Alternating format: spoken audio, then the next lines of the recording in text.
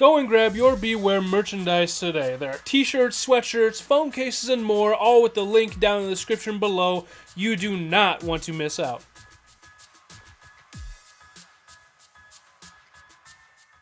What's up, guys? It's Carson back on Toxic Gaming with Week 7 of the PGL, the Pokemon Global League.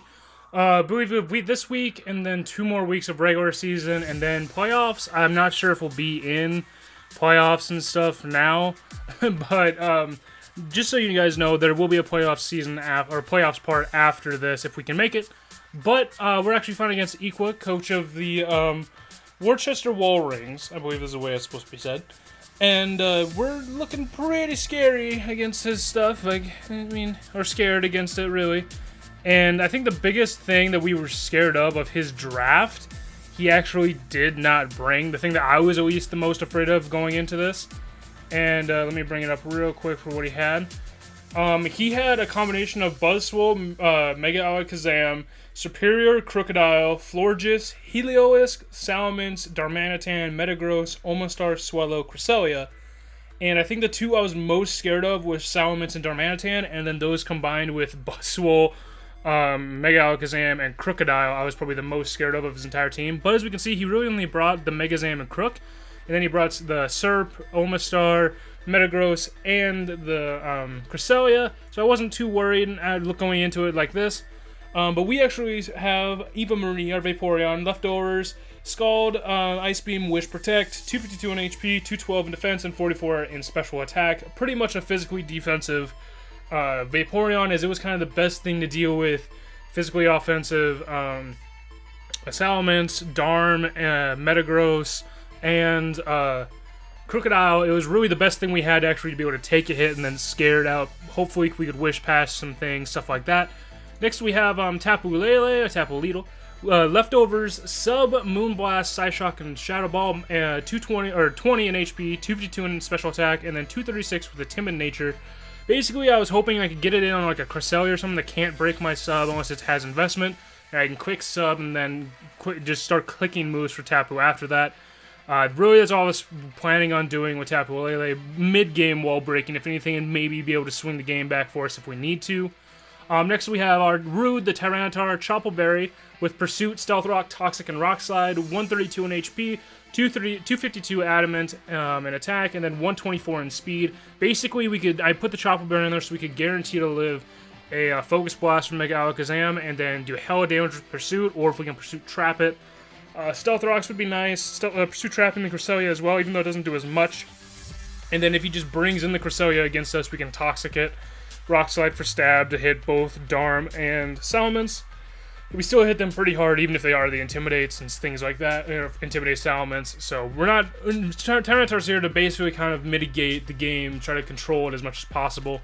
Then we have, I guess you could call it our meme set for the match, with Thundurus being Adrenaline Orb Defiant Thundurus, with Hidden Power Flying, Wild Charge, Super Power, and Crunch, 12 in HP, 248 in attack, 4 in defense, and then 244 with a Jolly Nature for speed. And basically, I could go Jolly Nature with Hidden Power Flying and still one-shot Buzzwole with Thundurus. I didn't need to have any special attack investment. And then I was like, you know what? He has 2 Intimidate users that both don't mind, or one of which doesn't mind really switching in on Thundurus, being Crocodile.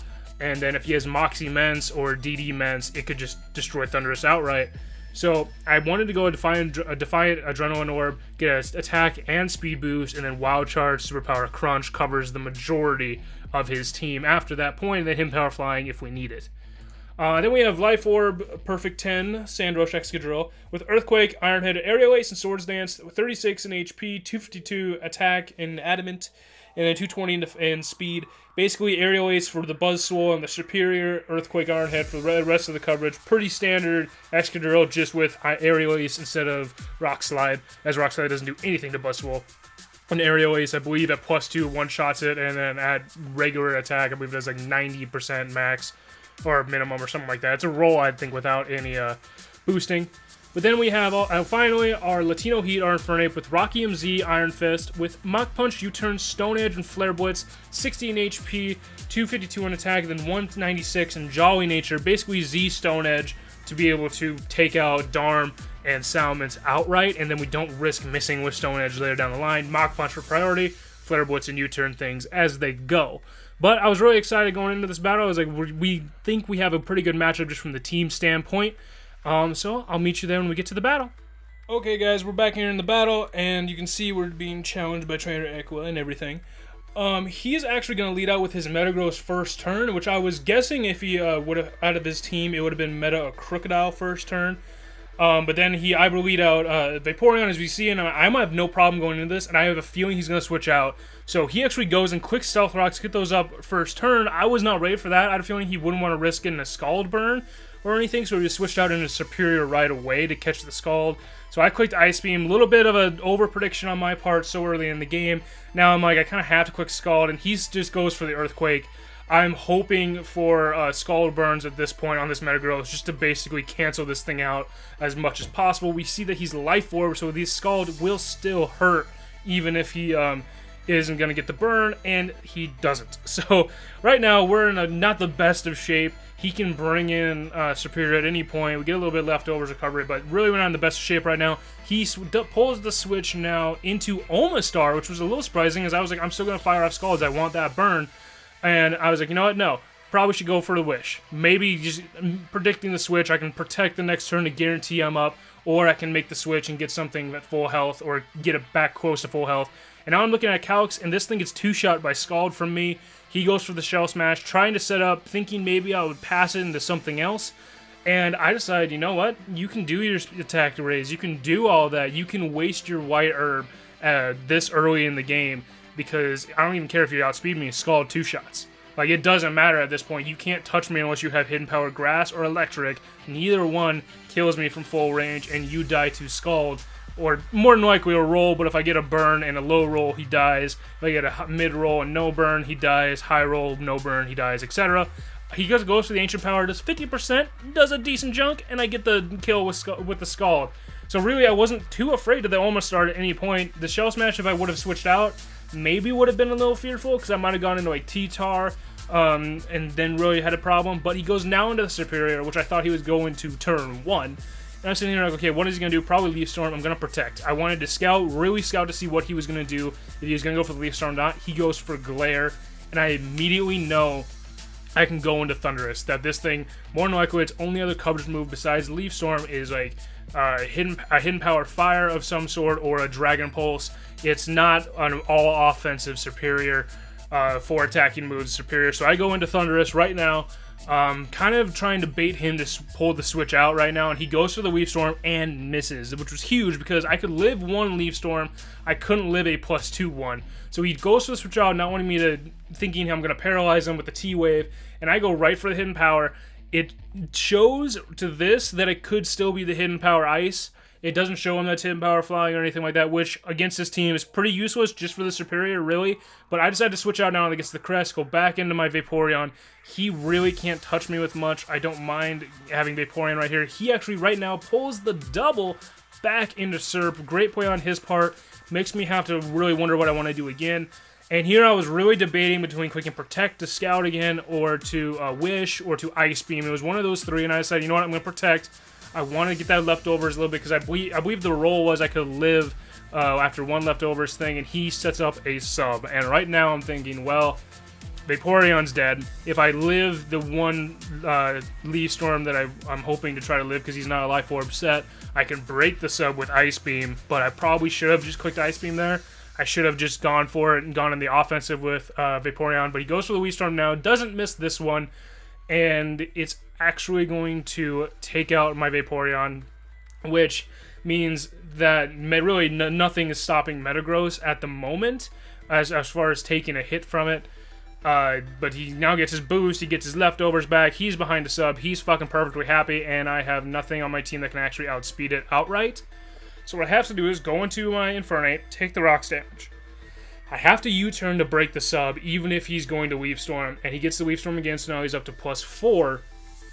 And I'm like, okay, I can live a +2, I can live it, and I need to break this sub as much as possible. I don't really want to sack off Infernape, because he's my only thing that if I can wear this Superior down low, I can revenge it with Mach Punch, or force him to switch out. One of the two. I need Infernape to be able to take out this Superior once it gets lower. I do the U-turn into T-Tar because I'm like, okay, I need Sand now to get Excadrill fast enough to outspeed this thing and have a chance of beating it. So I'm like, okay, T-Tar's in here. I'm going to simply click the Rock Slide. I believe is what I clicked. Rock Slide or Pursuit. I wanted damage. That's all I wanted. And if he went for sub, I broke sub with Rock Slide.